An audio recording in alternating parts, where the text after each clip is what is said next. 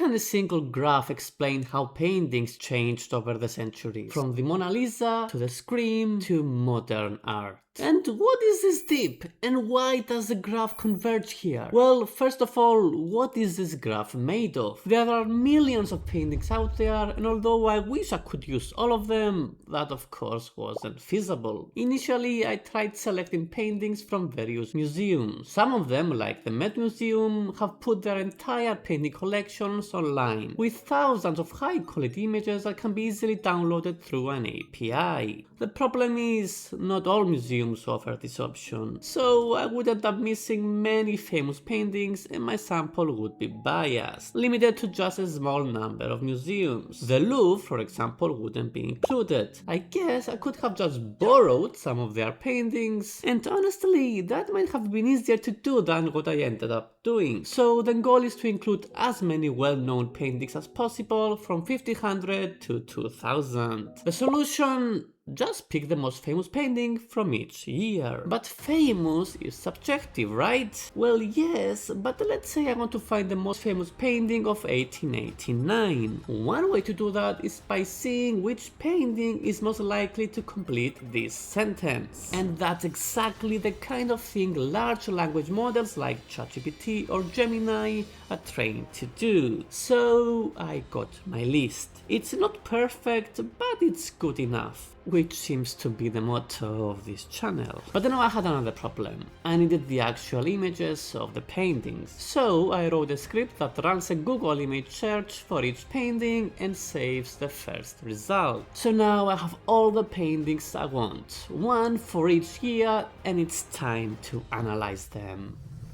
Let's start with the bottom half of the graph. This shows the average color over time. Unsurprisingly, when you average a lot of different colors, you end up with something grayish. But there are two observations. First, the average color becomes slightly brighter after 1900, and second, there is a noticeable red tint within the otherwise greyish tones. We will come back to those soon. Next, we have the top part, which shows a dominant hue over time. Basically, the main color tone in each painting without considering how bright or saturated it is. As you can see, up until 1800, the most common hue is orange or red. And that makes sense. A lot of classical paintings were portraits or religious scenes, so there were plenty of skin tones. And that of course explains the reddish tint we saw in the average color. After 1800, there was a switch towards greener hues. Although people were still present in the paintings, there were also more landscapes, nature scenes and outdoor settings, especially during the Romantic and Impressionist periods. The shift can also be explained by the raw materials used in the paintings. You see, reddish pigments were cheaper and more widely available, so they were used a lot. Green and blue pigments, on the other hand, were more expensive, which made them less common in earlier works. Finally, we need to talk about the increase in brightness after 1900. If we look at all the paintings, it's clear that the more recent ones have more white. Why white? Well, in modern art, which tends to be more minimalistic, white is often used as the background. After all, it's the default color of a blank canvas. But we are yet to fully explain this graph. What are those lines? Well, the top one measures colorfulness, how far the paintings are from being grey. The higher the line, the more vibrant and saturated the colors are. The bottom line, which is flipped upside down, shows the number of distinct hues in each painting.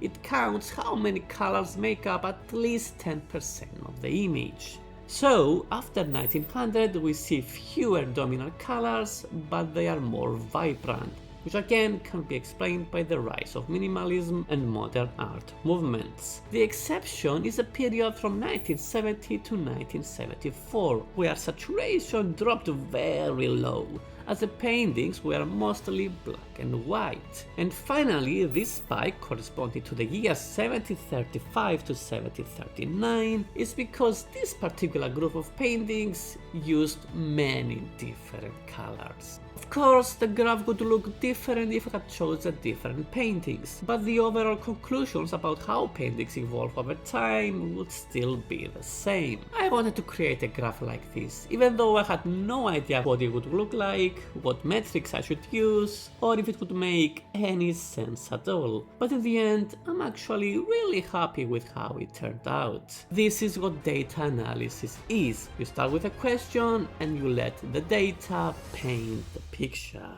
See you next time.